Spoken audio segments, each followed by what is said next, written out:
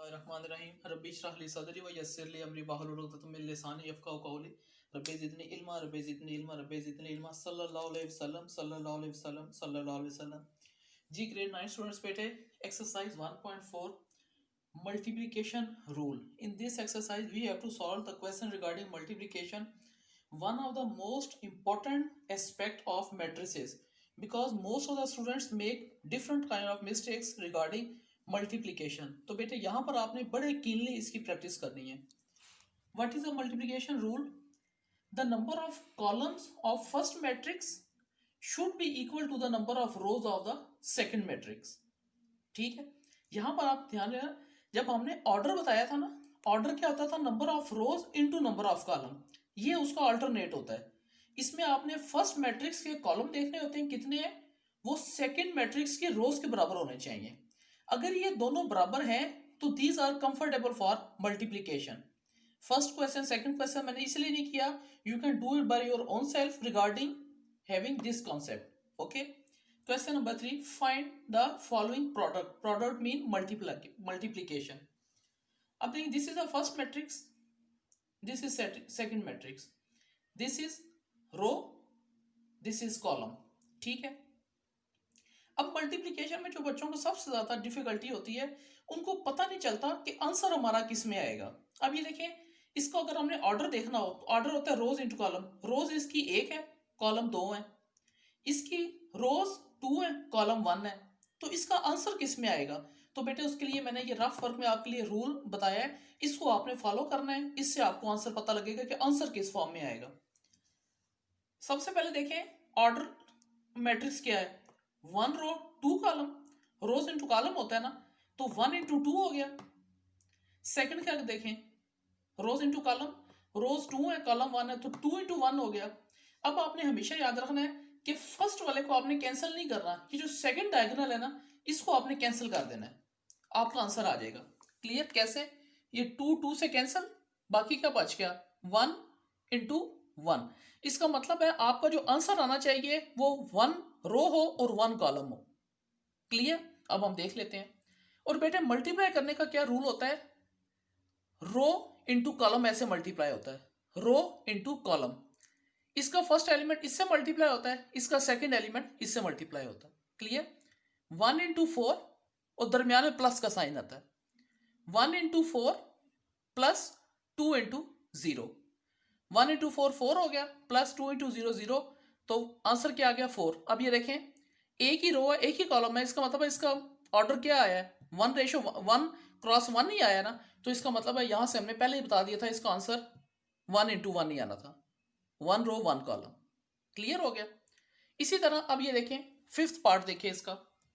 बाकी पार्ट मैंने जो लीव किए हैं बेटा, you have to do by your own self. Regarding any query you can ask मी।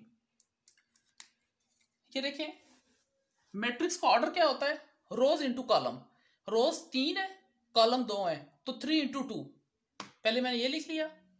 इसका क्या है? रोज 2 कॉलम्स 2, तो 2 इंटू 2। मैंने आपको क्या कहा था? ये वाला डायगोनल है, इसको आपने कैंसिल कर देना है, तो आपका आंसर आएगा 3 इंटू 2, यानी कि 3 रोज आएंगी और 2 कॉलम्स। ये हमारा आंसर आएगा। हम देख लेते हैं। सबसे पहले, अच्छा बेटे इसको करने का तरीका क्या वो भी समझ लें। First row first column, first row second column, फिर second row first column, second row second column, last में third row first column, third row second column. इस तरह ये मल्टीप्लाई होता है। Clear? 1 into 4 plus 2 into 0, 1 into 5 plus 2 into -4। Clear हो गया? इसी तरीके से नीचे क्या होगा? Second row first column, -3 into 4 plus 0 into 0, और -3 इंटू 5 प्लस 0 इंटू -4, और लास्ट में 6 इंटू 4 प्लस -1 इंटू 0। क्लियर? और 6 इंटू 5 प्लस -1 इंटू -4। क्लियर? अब बेटे और दरमियान में ये थोड़ा सा आपने गैप जरूर देना है, कई बच्चे ये बिल्कुल गैप नहीं देते, वो आपका आंसर गलत हो जाएगा। अब आप इनको मल्टीप्लाई करके आंसर ऐड कर लो। 4 प्लस 0 -12, इनको भी मल्टीप्लाई करके ऐड कर लो, तो this will be your answer. Now comes to question number 4। Multiply the following. Same rule, सबसे पहले रफ वर्क में आपने क्या करना है, इसका ऑर्डर लिखना है. It's order is 2 rows 3 column, 3 by 2 rows 3 column 2 by 3, और इसका क्या है 3 rows 2 column 3 into 2. मैं आपको बार बार बता रहा हूं, आपने इस स्टेप में आपने फर्स्ट वाले को कैंसिल नहीं करना, सेकंड वाले डायगोनल को कैंसिल करना है. तो ये 3 से कैंसिल हुआ, ठीक है. तो 2 into 2 यानी कि हमारा जो आंसर आएगा वो 2 rows और 2 columns आएंगे. क्लियर.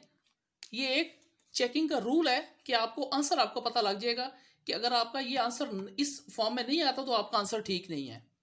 अब बेटे रूल वही है, first row first column, first row second column, नीचे second row first column, second row second column. Clear. अब आपने 1 into 1 plus 2 into 3 plus 3 into -1, 1 into 2 plus 2 into 4 plus 3 into 1, 4 into 1 plus 5 into 3 plus 6 into -1, 4 into 2 plus 5 into 4 6 plus 6 into 1. अब आप इनको simply multiply करें और add करें तो this will be your answer. Clear. इसका सी पार्ट देखें.